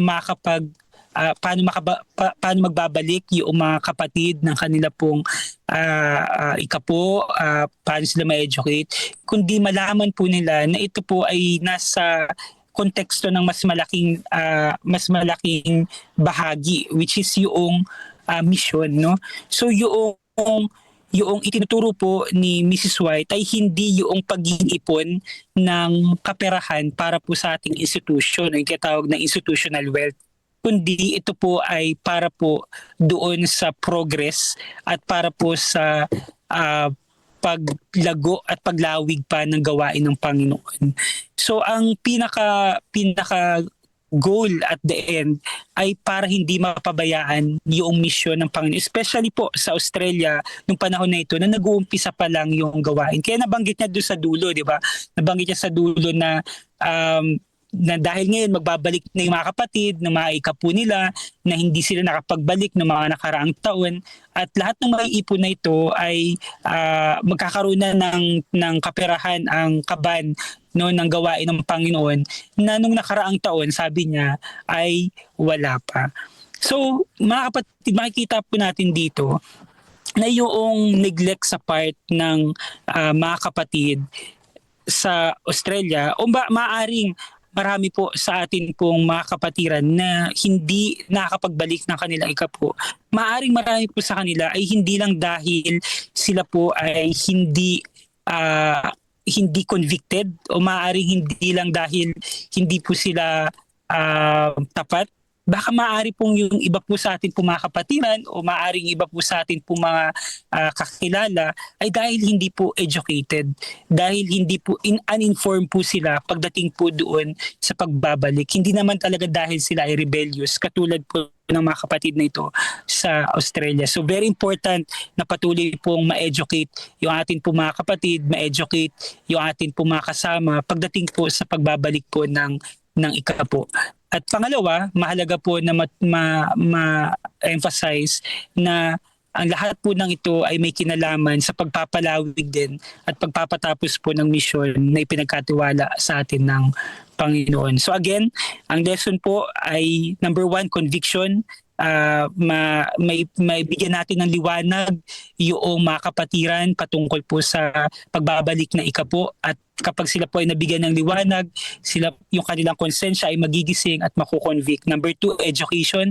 Mahalaga na patuloy na ang education ay maipagkaloob sa atin po mga kapatiran para po sila ay matuto sa pagbabalik at pagkakaroon po ng tapat na responsibilidad sa atin po ang iglesia, at ganun din po ay yung mission na kung saan ito po yung pinakalundo din ng pagbabalik po natin ng ating mga ikapo. So yun lamang po, at salamat po, and God first morning sa ating lahat. Amen. Okay, Amen. maaari po ba lahat po ng mga COP yan ay mag-heart react? Ang ganda po nung napakinggan po natin, no? Conviction. Yan din po yung ginagawa ng ating pong daily spiritual empowerment. Di po ba? Ang kahalagahan po ng ating pong God First Morning at Missional Evening. Kaya nga po tayo merong pagkasama-sama ng ganito ay upang tayo pong lahat ay makonvict, ma-educate, at muli paalalahanan ng ating pong misyon, no? Na tayo po ay missional, di po ba? So maraming salamat po sa ating pong mga pamunuan, no?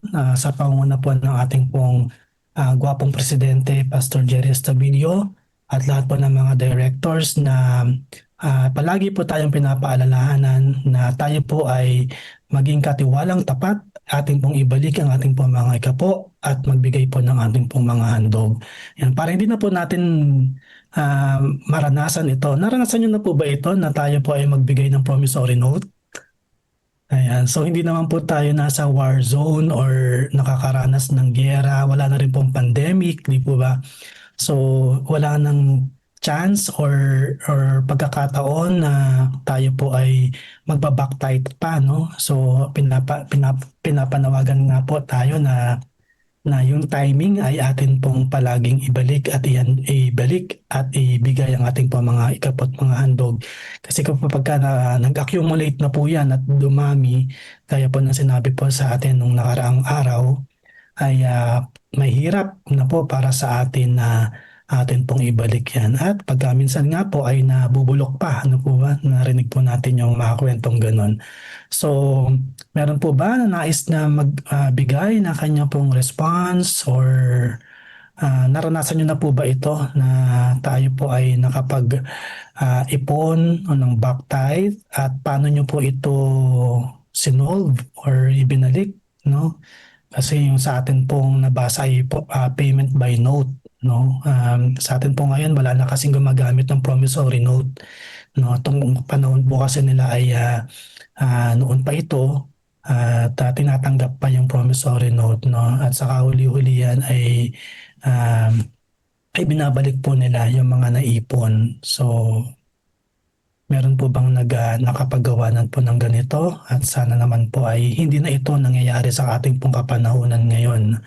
Pero kung meron pong nais na magbahagi ng kanya pong kwento ay maaari rin po kayong magbahagi para po marinig po natin, no, kung meron po kayong karanasan. Valid Mon.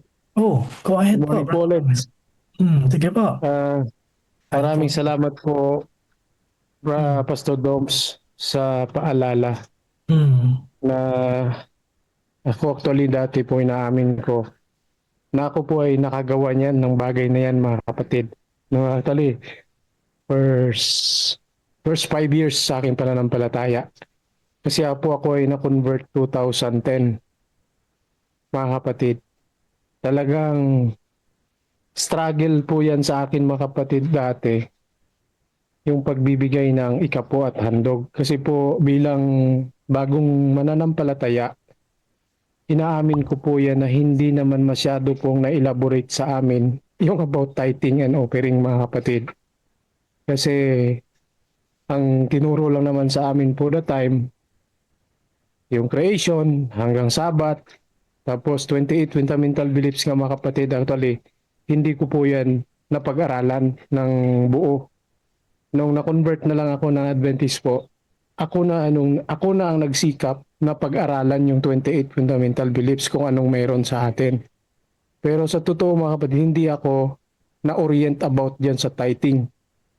Pero purihin ang Panginoon na hindi niya ako talaga iniwan, hindi niya ako pinabayaan na manatili na lang doon. Kaya mabuti talaga yung Holy Spirit ng Panginoon eh. Nandyan palaging nagre-remind sa atin kung ano po yung tama nating gawin. Kasi po, kapag may desire talaga tayo pong sundin ang ating Panginoon, ituturo din po sa atin mga kapatid. Gagawa din siya ng mga tao, kahit sa pakikinig lang, alam mo, blessed na blessed tayo dyan mga kapatid sa ginagawa ni Brother Melvin. Kasi naano tayo dyan mga kapatid, nai-empower tayo doon sa mga about sa pagbibigay. Lalo tigit na sa mga sulat ni Ellen White. Ako hindi ko nga alam po yan yung sulat ni Ellen White. Inaamin ko po yun. Pinag-aaralan ko na lang, sinusundan ko po yung ating binabasa. Kaya mga kapatid, ito po siguro ay isang hamon sa atin. Matagal man tayong Adventist o bago, dapat po natin pa ring sundin yung pamantayan ng banal na kasulatan. Kasi po bakit? Napakahalaga po pala yung pagbibigay ng ikapo. Kahit po ating makalimutan, siguro pag na-realize natin, ay, mayroon ako atang nakalimutan na hindi nabigay. Alam mo ako naniniwala mga kapatid, na hindi ka man 100% na may nakalimutan ka. Labis man ang iyong pagbibigay ng tithe, ay walang problema doon. Pero kapag kulang yung ating pagbibigay ng tithe sa ating pong mga kinikita, ay sabi nga ng Panginoon, atin po siyang ninanakawan. Ay gusto po ba natin yan mga kapatid? Nasabihin ng Panginoon sa atin sa ikalawang pagdating niya, anak, mayroon kang nakalimutan eh. Hindi mo na ibigay yung mga ikapo mo, yung mga kinikita mo eh. Pero gusto mo blessing lagi. Pero yung ikapo hindi mo inaalala na binigay sa akin. Alam ko mga kapatid na ayaw naman natin po yun na sabihin ng Panginoon. Pero sa panahong ito mga kapatid, tinuturuan tayo ng Panginoon kung maari mga kapatid, ating sundin ng kanyang kalooban. Bakit? Diyan po nag-grow ang kanyang gawain or nag-grow ang kanyang gawain mga kapatid. Alam mo, napakahalaga pala ang tungkulin ng pastor, nabanggit kanina ni Pastor Doms. Kaya tulungan siguro natin po or tulungan nawa natin ang ating mga pastor na ipanalangin pa mga kapatid na iyan po ay lalo pa nilang maituro sa atin bilang bagong mga kaanib kung paano yung tamang proseso ng pagbibigay ng ikapo at handog. Kasi po pag natutunan po nating lahat yan, ay talagang ito pala yung purpose ng Panginoon. Bakit ito tinuturo ng mga pastor? Kasi po marami tayong mga kapatid ngayon mga nabago. Na actually, totoo, yung karanasan ko mga kapatid, karanasan din nila yon. Kaya nawa, wag po nating hayaan mga kapatid na pigilan yung pagsishare ng mga bagay na ito. Dahil alam natin na ang pagtatapos ng gawain ng Panginoon, sama-sama pa rin po tayong gagawa nito at hindi lang po iatang sa ibang pastor o sa isang pastor. Kaya mga kapatid, yun lamang po ang aking maibahagi at happy God First Morning po sa ating lahat. Salamat po, Brother Romel. No? Totoo po yun. Napakadami po nating mga gawain at mga tumatanggap sa ating pong pananampalataya, mga bagong miyembro. Nawa, tama po yun. No? Nawa ay patuloy po natin silang ma-educate dito po sa stewardship, no? Patungkol sa pagiging katiwalang tapat. Importante po yun sa atin po. Si kapatid na Jomar Marioles ay nagbabalik. Go ahead. Okay po, God first morning po muli. Maiksi lang ba, Delmon? Tama po yun, no? Ang napakahalaga po ng ma-educate about isa po sa atin. Myself, inaamin ko po na noong before po ay nagbabalik ng ikapo, oo, pero minsan nakukuha. No? Parang binabawi, hindi na ibabalik ng sapat. Ngunit dahil po, i-grab ko na yung opportunity na pasalamatan yung ating po mga pastor, especially Pastor Jerry Estabilio, at ang mga director, at ako po ay naging member ng program nung last year ng SCCP, so Stewardship Compliant Church, at ako po ay tunay na na-bless at ginamit po siya ng Panginoon upang ang bagay na ito ay mas maibahagi, no? O mas maunawaan, kasi alam ko po na isa po yun, hindi lang po naunawaan natin stewardship, kundi yung relasyon po natin sa Panginoon ay mas lumalim, no? Amen. Palagi po tayong nare-remind kung paano para mapagbigay tayo sa Diyos. Kailangan maalaala natin yung bagay, yung part na ang Diyos ay binigay ang buo, ang lahat para sa atin. Amen. Doon lang po sa part na yun, isipin lang po natin iyon. Hindi na po tayo magkakaroon ng pagdadalawang isip na magbalik sa ating Panginoon dahil ang binigay niya po para sa atin na kanya pong mga anak, na kanya pong iniibig ng mga anak ay sobra-sobra no, sa ating pa pong pagbabalik at pagbibigay ng ating pong handog. Kaya tama, sobrang napaganda po na ang ma-educate ang bawat isa po sa atin. Kaya itong programa na ito is talagang napakabisa, mga kapatid, ano po, na tayo po ay palagi pong na-educate, napapaalalahanan sa mga bagay na iyon. Kaya yun lamang, at nawa ay yung bawat isa atin ay hindi lang tayo ang makinabang, kundi ang bawat kapatid, ng bawat member, bawat opisyalis, especially ng bawat iglesia ay makinabang sa bagay nito. Yun lamang, Brother Edmond, and happy God Verse morning. Amen. Amen. Maraming salamat po sa ating pong Panginoon na tayo po ay patuloy na kanya pong kinoconvict, in-educate sa pamamagitan po ng mga programang katulad nito. At tayo po ay pinapaalalahanan na tayong lahat ay may misyon, no? Yan po, no? Conviction, education at mission, upang tayo po ay patuloy na maging katiwalang tapat, magbalik ng ating pong mga ikapo at maghandog ng ating pong mga offering, yan, yung COP, yan. So, pasalamat po sa Panginoon, bago po kami nakaalis ni Brother Jomar ay meron na pong ganito at kami po ay talagang personal din na siguro, di ba, Brother Jomar, na kami Amen. po ay unang nakinabang sa ginagawa po nating daily spiritual empowerment, God First Morning, at bago po kami nakaalis ng bansa ay parang na root or naitanim na sa amin ni Brother Jomar yung pagiging katiwalang tapat at patuloy na na-educate sa ating pong ginagawa.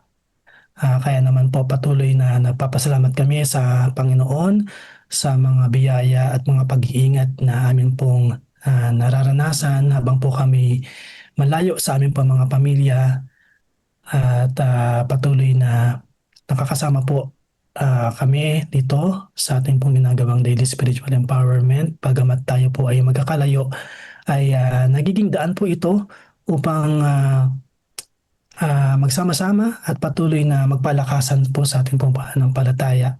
At salamat din kay kay Pastor Dominic Carpintero sa kanya pong pagbabahagi ngayon ng 3 mahalagang punto, no, na ating pong narinig mula po sa ating topic ngayon. At maraming salamat po at patuloy po nating ibalik sa ating pong Panginoon ang papuri at pagsamba. So ngayon po, meron pa po bang gustong humabol na magbibigay ng kanyang gustong patotoo at pasasalamat sa Panginoon? Kung wala na po ay last call. Meron pa? Okay.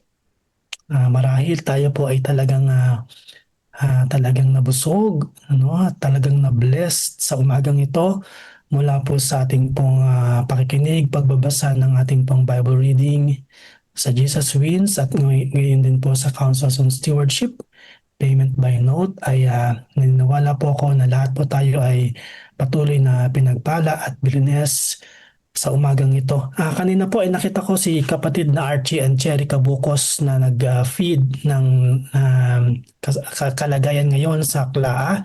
Kung nakita niyo po yun, ay medyo sumikat na ang araw sa Klaa at nakita na po natin ang ating po mga kabataan ay unti-unti nang nagtitipon sa covered court at pasisimulan na po marahil ang programa. So binabati po natin ang lahat po ng mga kabataan, mga pastors, mga directors na naandyan po sa atin pong Klaan na ginaganap sa youth, na ginaganap po ang youth camp sa pangunguna po ng ating pong CLPM, Pastor Lodimar Gatus. So happy God First Morning po sa lahat po ng mga kabataang nasa sa klase. Siyempre, hindi lahat, maging mga hindi na kabataan. Lahat po kayo dyan. Happy God First Morning po sa inyo pong lahat. So, sa pagkakataong ito, idadako na po tayo sa ating pong Garden of Prayer, Acts Prayer.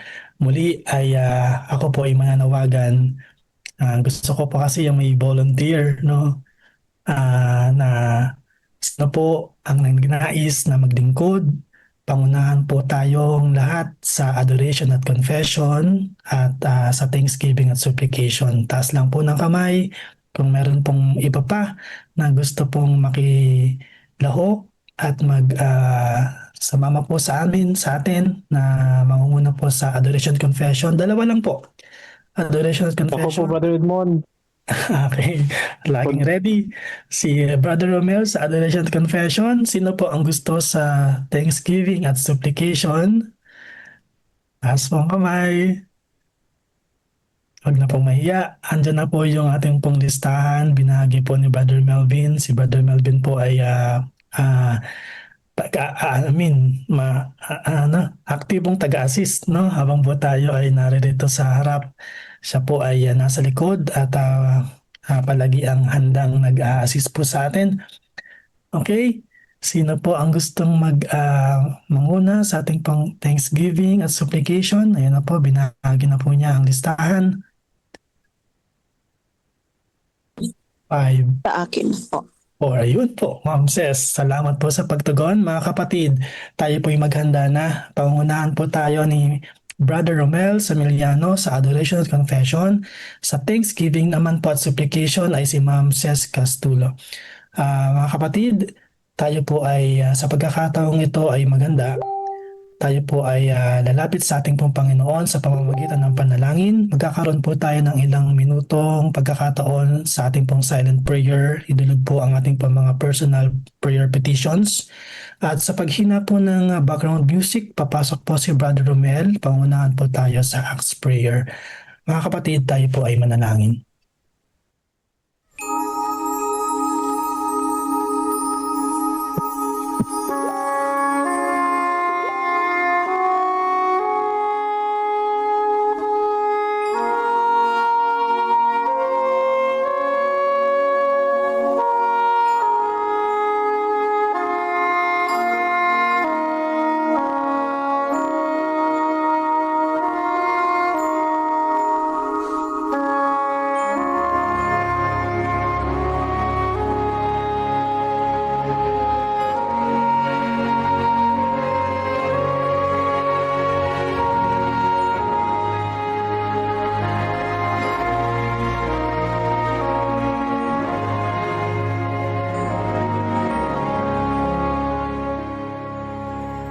Amang banal, makapangyarihan po kayo sa lahat. Puno ng awa, puno ng pag-ibig, at puno ng biyaya. Amin pong ibinabalik ang lahat na papuri sa inyo po sa umagang ito. Tunay na kami po ay inyo pong pinagpala sa espiritual na pagkain. Kaya Ama, dapat po kayong purihin, dapat po kayong sambahin sa umagang ito. Kaya Ama, kung kayo po ay nakasumpong sa amin ng mga pagkukulang at pagkakasala, sa aming naisip, nasabi,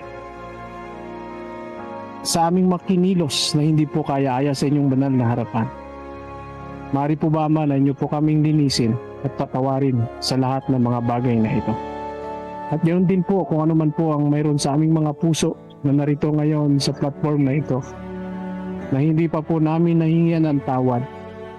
Maaari po ba Ama na inyo kaming tulungan, baguhin po kami sa tulong ng Banal na Espiritu, at handa po ang aming puso na humingi ng tawad sa anumang bagay na nais namin kalimutan o baguhin.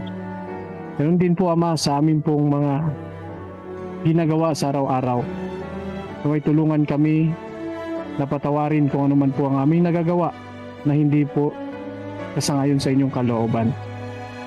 At ngayon din po sa aming mga kaisipan na sometimes kami po ay nagkakamali sa aming mga pag-iisip. Tulungan po kami ng makapangyarihang banal na Espiritu na siya po nitong magbago. Kaya Ama, maraming salamat sa inyong pagpatawad sa pangalan ni Jesus.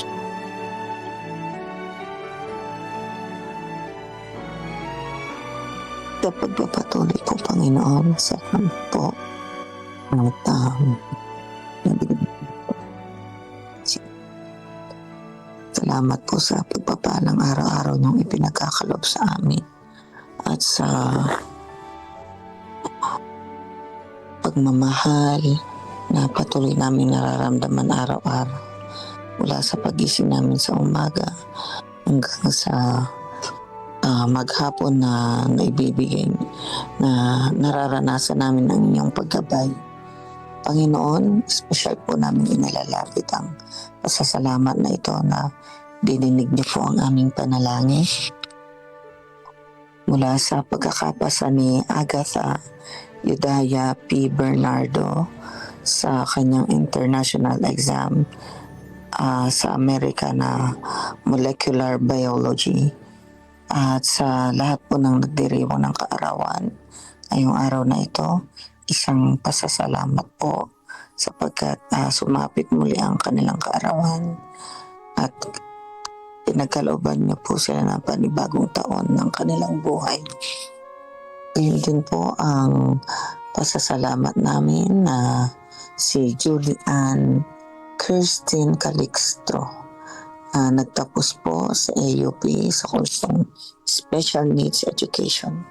Gamitin mo po ang kabataang ito, Panginoon, para maabot niya po ang mga tao o mga kabataan din na nangangailangan ng edukasyon, subalit mahirap silang abutin sapagkat sila ay may mga special needs. Nawa, Panginoon, ang batang ito ay maraming matulungan na mga kabataan na nangangailangan ng ganitong klaseng espesyalidad para na sa ganon ay kahit sila po may mga diferensya or may kakaiba sa kanila, magkakaroon pa rin sila ng edukasyon. Panginoon, nilalapit po namin sa inyong paanan sina Edmund Sabio, Pastor Frederick Lopez, Brother Ramel Samiliano, Brother Jomar Marioles, Pastor Olan Caliso, and Pastor Dominic Carpentero. Sila po ay inyong mga lalaki na tumutulong po sa inyong gawain. Patuloy niyo po silang bigyan ng magandang kalusugan, maayos na pangangatawan, at supportive na family members. Sa ganon ay makapagpatuloy po sila sa paglilingkod sa inyong gawain sapagkat hindi po biro ang kanilang ginagawang partisipasyon sa pagpapalaganap ng inyong gawain. Ang nilalapit rin po namin ang araw-araw na daily spiritual empowerment and God First Morning and missional evening na ginagawa via Zoom. Sa pamamagitan nawa po ng social media ay maipalaganap rin ang inyong gawain, ang inyong pabalita. Ang CLPM Headquarters Project na Every Family a Builder, Panginoon, tulungan niyo po na maiisa katuparan na po ang pagpapatayo ng inyong headquarters. Ang aming first 100 days goals ng Central Luzon Provinces Mission nagaganapin ngayong April 10. Panginoon, nawa magkaroon po ng magandang simula sa pamamagitan ng first 100 days na ito na maabot po ang goal at mapagkaisa ang mga kapatid na mapagtulong-tulong po ang mga proyekto ng CLPM. Ang kasalukuyang ginaganap na youth camp sa Klaa, Panginoon, tulungan niyo po ang mga kabataan na naroon at maingatan nawa po ang bawat isa sa kanila, mailayo sa anumang sakuna o disgrasya. Bigyan niyo rin po ng malamig ng panahon, Panginoon, sa kabila ng napakainit na sikat ng araw ay makadama sila ng comfort mula sa inyo kung paano niyo po pinagkaloob ang pillar of clouds sa mga Israelites. Ipagkaloob niyo rin po nawa ito sa aming mga kabataan na naroon ngayon. Ang second CLPM Mission-wide Camp Meeting na gaganapin sa April 30 to May 3 sa Klaa, Panginoon, ay nilalapit rin po namin sa inyo.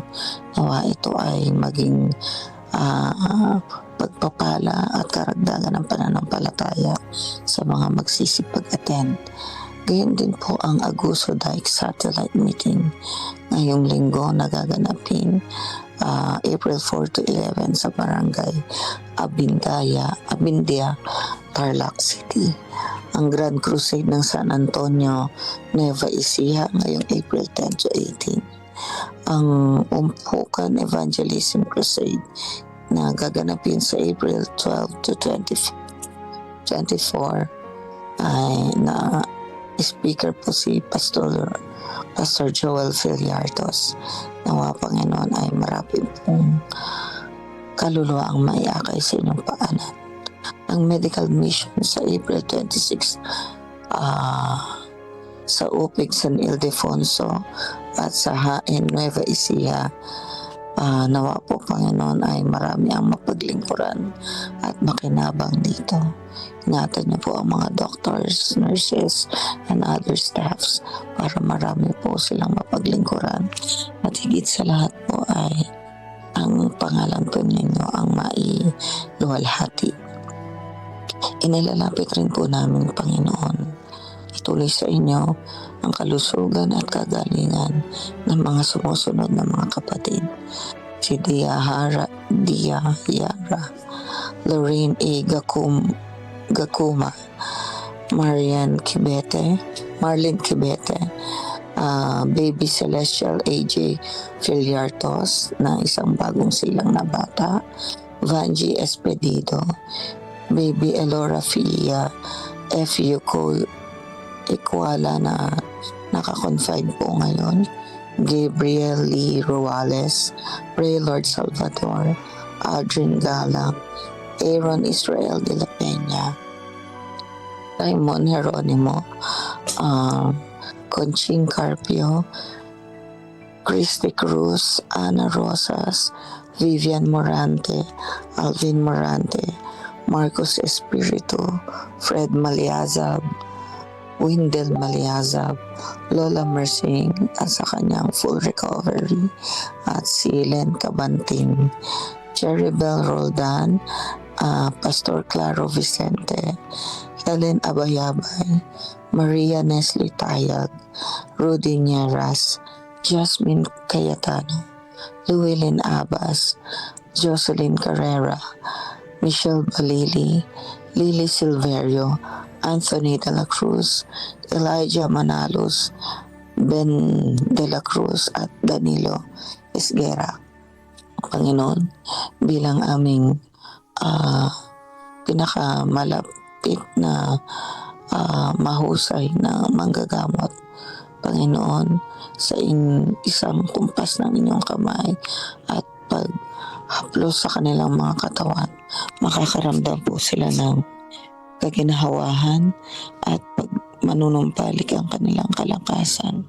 O kung paano niyo po pinagaling ang mga bulag, ang mga may sakit na natala sa Biblia. Panginoon, ipagkaloob niyo na rin nawa ito sa mga nabanggit na mga tao, nang sa ganon ay mabigyan pa sila ng pagkakataon makapagpuri sa inyo ng may malakas na katawan at makasama na sila sa aming pananambahan. Ito po dalangin namin sa pangalan ni Jesus namin tagapagligtas. Amen. Amen. Amen. Amen. Amen. Amen. Amen. Amen.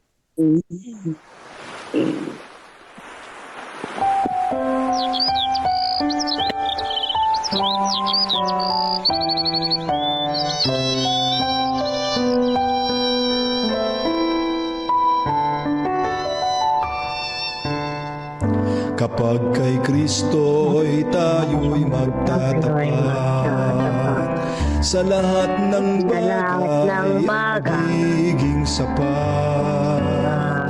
sa bawat oras namang patnubay, tiyak na kakamtin walang hanggang buhay. Ang Diyos ay nangako sa mga taong tapat, sa lahat ng bagay ay magiging sapat. Atin siyang purihin sa lahat ng oras, awit ng pagluwalhati ating itaas.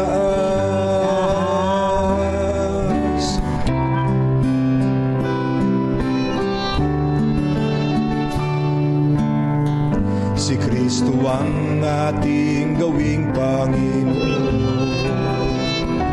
puso't isip sa Kanya ituon. Hikapot, handog, talento at tulong, misyon sa gawain ng ito'y sumulong.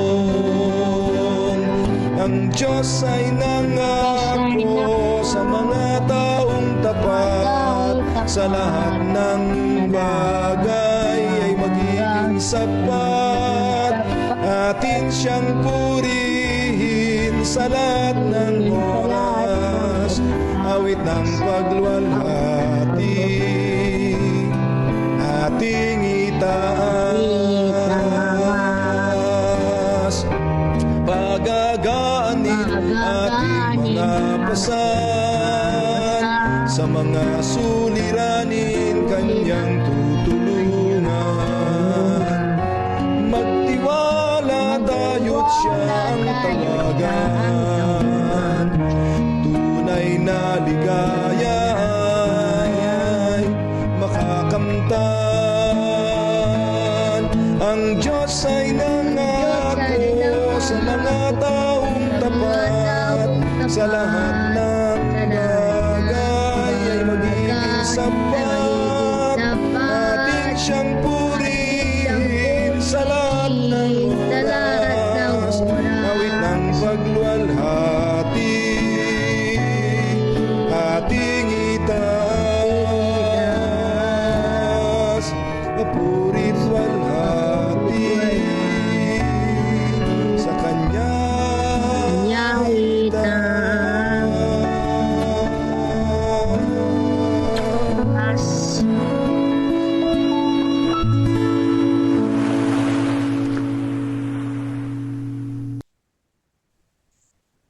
Pastor Dom?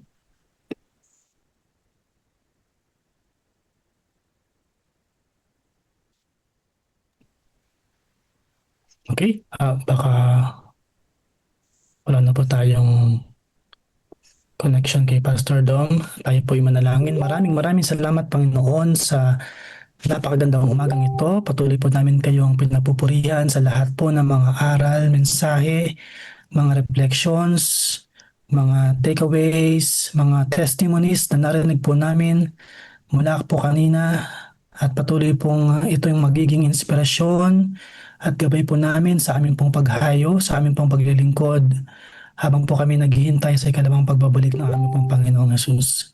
Dalangin po namin sa buong maghapon ang inyong pong pakikisama, patuloy na pag-iingat at patuloy na basbas ang aming pong maranasan, ang pakikisama ng banal na Espiritu, ang aming pong maranasan sa buong maghapon. Ano man pong aming pong gawin, saan po na kami magpunta ay ingatan po kami at patuloy na ibalik sa kinagabihan upang kami po magkasama-samang muli sa missional evening. At dalangin po namin ang pagpapatawad sa aming mga pagkukulang, pagkakasala, pagmamalabis na nagagawa. Patuloy po namin kayong inaanyayahan na siyang manguna po sa aming lahat. At pagpalain po ang bawat isa na naririto sa Zoom, gayon din sa Facebook, sa YouTube, at lahat po ng mga kabataang nasa Klaa ngayon na nakikinig at nanonood. Patuloy na silang bigkisin ng pagmamahal at patuloy na gamitin sa ikalalago at katatapos po ng inyong pong gawain dito sa lupa. Maraming salamat po sa patuloy na pagtugon sa aming pong mga panalangin. Ito pong aming dalangin sa pangalan po ng aming pong Panginoong Hesus. Amen. Amen. Amen.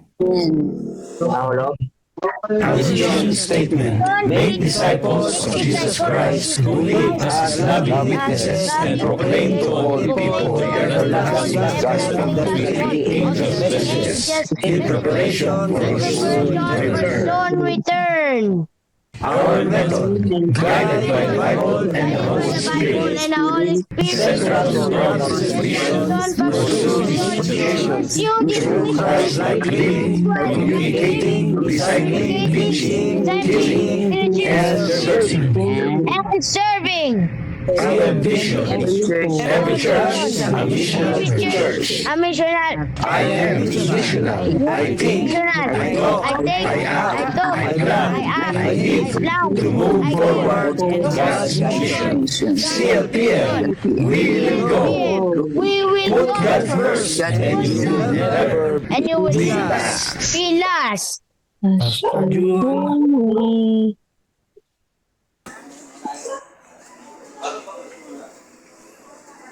Pastor Joey. Wala si Pastor Wala po Joey. si Pastor Joey. Pastor June Barreto. Ayun, Pastor Dom. Pwede po ba kayong benediction?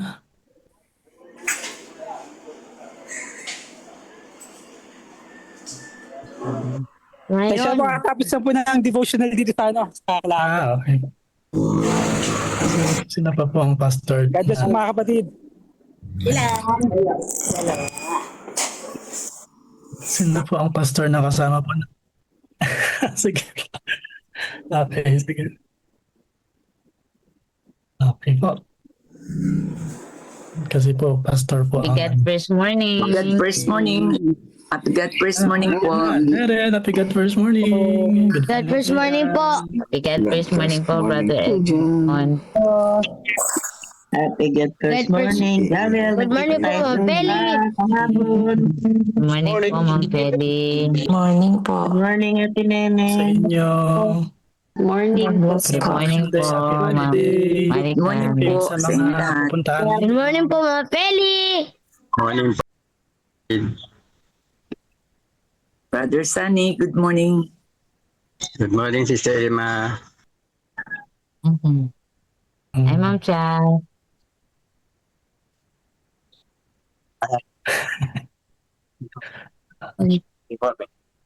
Para pa sa Panginoon. Hi, Ma'am Jelly. Good morning. Good morning po, Ma'am Jenny. Walang kuryente kila Pastor Noel at Pastor Drequito. Walang power. Sa lahat po ng mga nabiyahe, ingat po kayo sa daan. Maaring papunta ng Klaa, ang babakasyon. Ingat po kayong lahat. Pupunta sa Baguio. Swimming. Swimming ka ba, Jarel? Nope. Oo? Okay. Sige po. Salamat po sa pag-pray kay Mama Helen. Please continue po. praying for so my Galing po siya. Kanti po tayo. Happy birthday sa mga sa birthday ngayon. Happy birthday.